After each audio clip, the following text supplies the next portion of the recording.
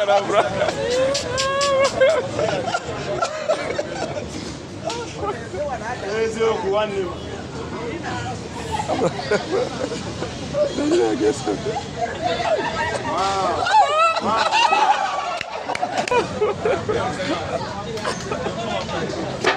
No, let's make the people be happy. Please, please don't try this at home. Please don't try it at home. Or you want to talk about for wrestling.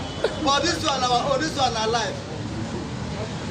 My kid try I want to all put quick again. Akamadu